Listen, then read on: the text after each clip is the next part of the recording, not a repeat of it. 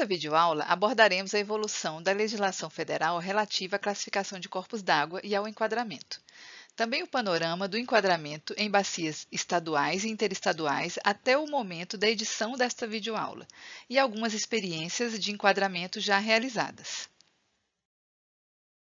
O primeiro sistema de classificação das águas surge em São Paulo nos anos 1950. Mas o enquadramento se inicia de fato no Brasil na década de 1970, após a publicação da Portaria número 13 do antigo Ministério do Interior, no ano de 1976, que estabeleceu o primeiro sistema federal de classificação das águas. Com a edição dessa portaria, vários estados realizaram seus enquadramentos, como São Paulo em 77, Alagoas em 78, Santa Catarina em 79 e Rio Grande do Norte em 84. Entre 76 e 85, nós tivemos a edição de 14 normativos de enquadramento, inclusive 2 enquadramentos em bacias interestaduais, na Bacia do Rio Paranapanema, em 1980, e na Bacia do Rio Paraíba do Sul, em 1981. Com a instituição da Política Nacional de Meio Ambiente, no início dos anos 80, e a constituição do CONAMA, tivemos a publicação, em 1986, da Resolução número 20 do CONAMA, que estabeleceu uma nova classificação para as águas doces, salinas e salobras. Entre 86 e 97, o enquadramento aparece como uma ferramenta da política de meio ambiente e, nesse período, nós tivemos a edição de cerca de 30 normativos de novos enquadramentos e outros 5 que revisaram enquadramentos existentes. Também tivemos uma portaria do IBAMA, em 1989, enquadrando os principais corpos hídricos da Bacia do São Francisco. Com o estabelecimento da Política Nacional de Recursos Hídricos, em 1997, tivemos uma certa estagnação do enquadramento por um longo período. Foram 5 normativos editados em 97 e 98, feitos ainda nos moldes da Política Nacional de Meio Ambiente. Em 2000, publica-se a resolução do CNRH número 12, estabelecendo procedimentos para o enquadramento. Mesmo com a edição desse normativo, a estagnação do enquadramento continuou e só voltamos a ter normativos em 2008, com exceção do enquadramento do Rio Santa Maria, no Rio Grande do Sul, em 2005. Em 2005, publica-se a Resolução CONAMA número 357, em substituição à Resolução 20, que rege o enquadramento dos corpos d'água. Em 2008, publica-se a Resolução CONAMA número 396, que trata do enquadramento de águas subterrâneas, e a Resolução do CNRH 91, que revoga a Resolução 12 de 2000 e passa a ser a referência legal sobre procedimentos gerais para o enquadramento em corpos de águas superficiais e subterrâneos.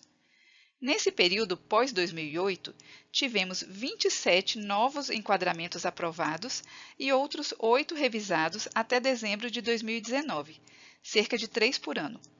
Mais do que uma simples coincidência, podemos dizer que a resolução do CNRH 91 contribuiu para esse cenário, pois trouxe avanços significativos para a implementação do enquadramento, como a previsão de metas progressivas e o estabelecimento do programa de efetivação.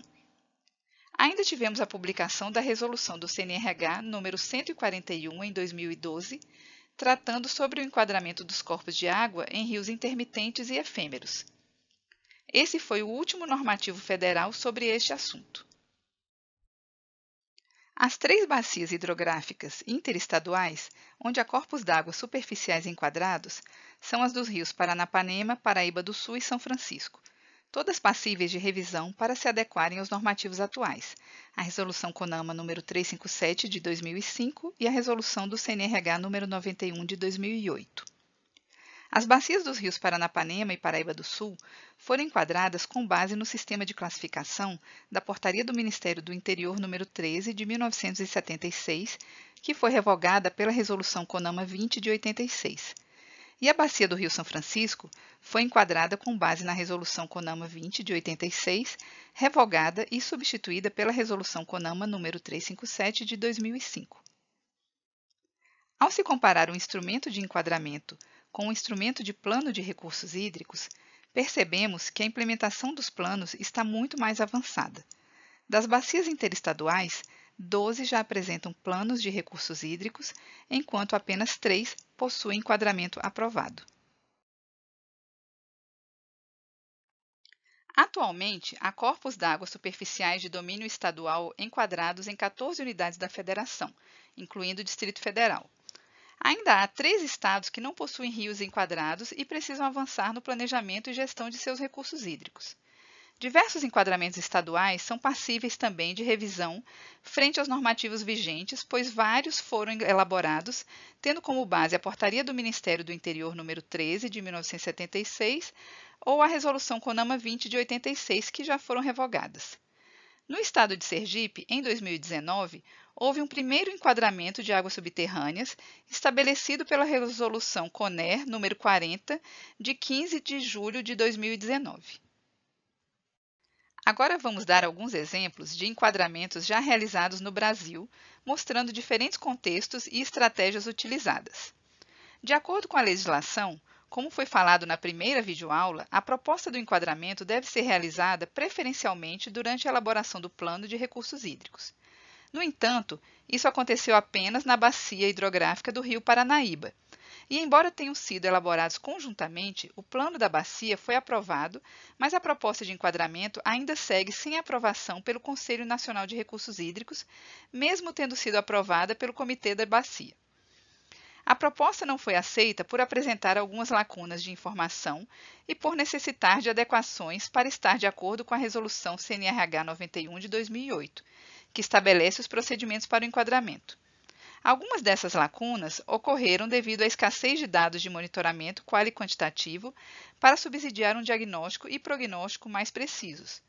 Também ficou evidente a necessidade de uma pactuação do Comitê da Bacia Hidrográfica do Paranaíba com os comitês de bacia dos rios afluentes, de domínio dos estados e do Distrito Federal, para a definição de estratégias que buscassem garantir condições de entrega dos rios de domínio estadual aos rios de domínio da União. Já na bacia hidrográfica do Rio Benevente, no Espírito Santo, o enquadramento foi aprovado mesmo nos trechos de corpos d'água que possuíam poucos pontos de monitoramento ou que possuíam monitoramentos pouco frequentes. Para esses trechos, com poucos dados de monitoramento, foram utilizados dados do cadastro de outorgas do órgão gestor estadual de recursos hídricos e dados obtidos de trabalhos de campo para identificação dos usos das águas e das fontes de poluição.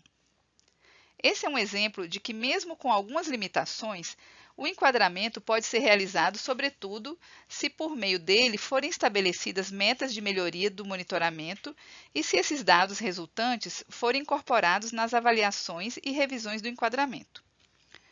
O enquadramento realizado na bacia do Rio Salitre é um outro exemplo de que, mesmo diante de certas limitações, é possível sim fazer o enquadramento. A bacia do Rio Salitre está localizada no semiárido brasileiro e a condição peculiar dos rios intermitentes e efêmeros dessa região é um desafio para o processo de enquadramento. Essa condição dificulta a aplicação de modelagem da água para a simulação do comportamento das cargas de fontes poluidoras. Mas mesmo com essa limitação, a proposta de enquadramento dos corpos de água da bacia hidrográfica do Rio Salitre, na Bahia, foi aprovada tendo como base os usos existentes e pretendidos nos períodos em que o recurso hídrico se encontra disponível. Outra dificuldade encontrada foi a insuficiência da rede de monitoramento e, com isso, a baixa disponibilidade de informações de qualidade.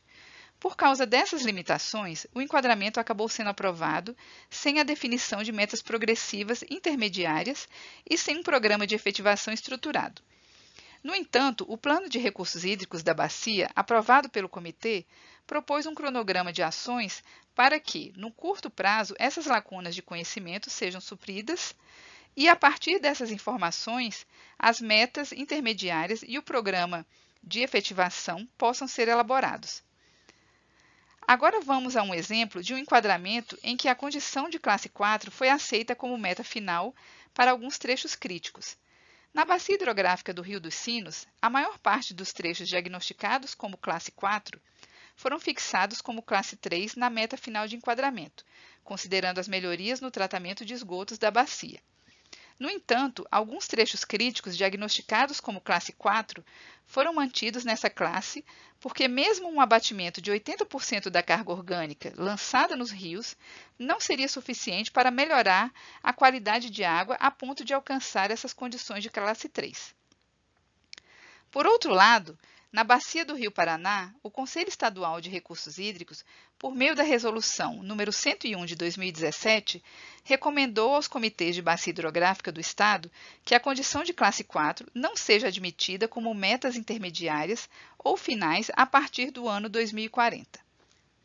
Veja mais detalhes sobre o enquadramento das bacias relatadas nessa aula ou outras experiências de enquadramento no caderno de enquadramento do portal do SNIR. E os desafios para essa tarefa?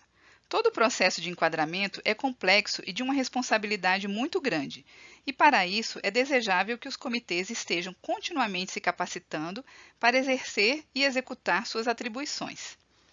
A capacidade técnica dos órgãos gestores e a capacitação dos comitês são questões fundamentais para o desenvolvimento do enquadramento. Também é necessário fazer um bom monitoramento por trechos, considerando as situações críticas que devem ser observadas. Para o sucesso do monitoramento, é fundamental que as análises sejam realizadas em laboratórios de referência para que sejam confiáveis. Outro desafio é melhorar as bases de dados de usuários de água e de fontes poluidoras. Além disso, a divulgação desses dados é fundamental, e essa divulgação deve ser constante.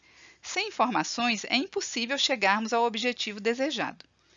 Outra questão importante é aprimorar a participação da sociedade e, em particular, dos comitês de bacia hidrográfica no processo do enquadramento.